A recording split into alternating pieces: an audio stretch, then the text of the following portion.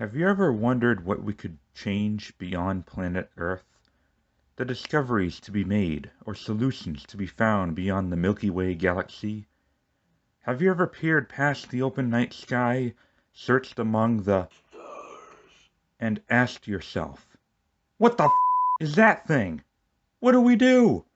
Well, then look no further than Genesis Noir.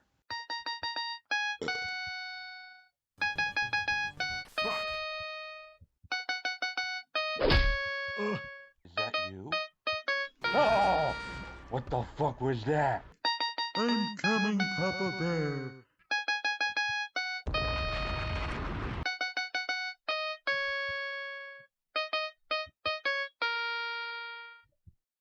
Genesis Noir is a new independent game where you play as a cosmic entity in the form of a 1930s detective.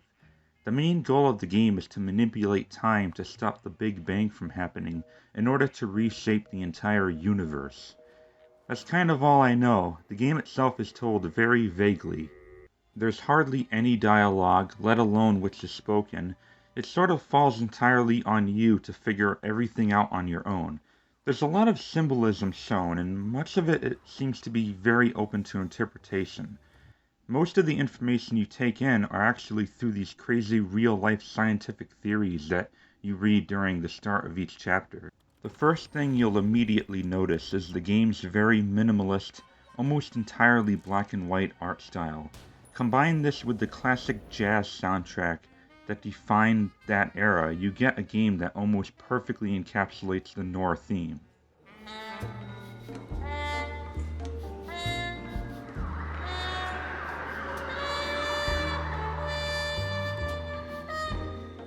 Now the gameplay itself is mostly just a walking simulator, with occasionally using your powers to solve clues, including the usual puzzle segments.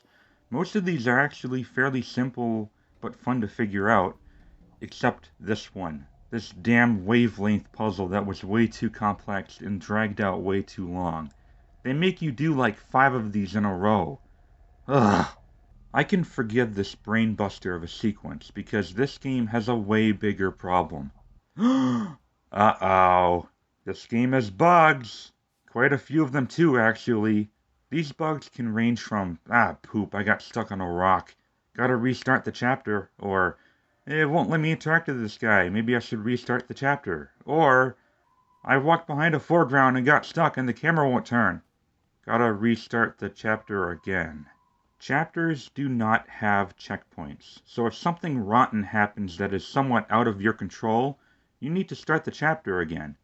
That's actually not as bad as it sounds, since most chapters can be finished in about 15 minutes or so, but the fact that the game doesn't hold your hand at all, you'll sometimes think you're doing something wrong just by exploring when it's the game that is failing. Look at this. This weird cleaning away the shit on the screen that wasn't supposed to happen in the alley, but on the next screen. But I didn't know this at the time while my cursor disappeared, until I finally decided to redo the whole chapter over again, just to realize the game wasn't supposed to trigger that until the scene after.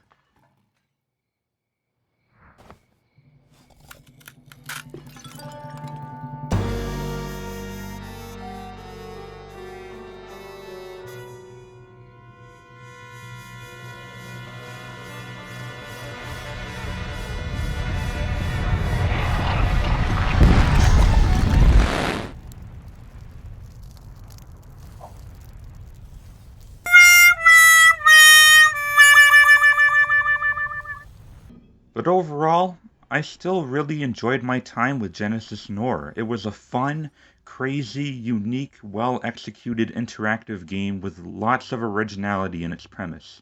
It's not terribly long. It'll probably take you around 5 to 6 hours to get through every chapter, depending on how many times you need to restart. It's mostly very linear, with each chapter being separated by this dark, depressing investigation room. Your room, I should say. And there's also not really any replay value, aside from replaying the last chapter to watch both endings. I guess one plus side to this is that if you're a huge fan of getting easy gamer score, this is a very easy game to get all 1000G.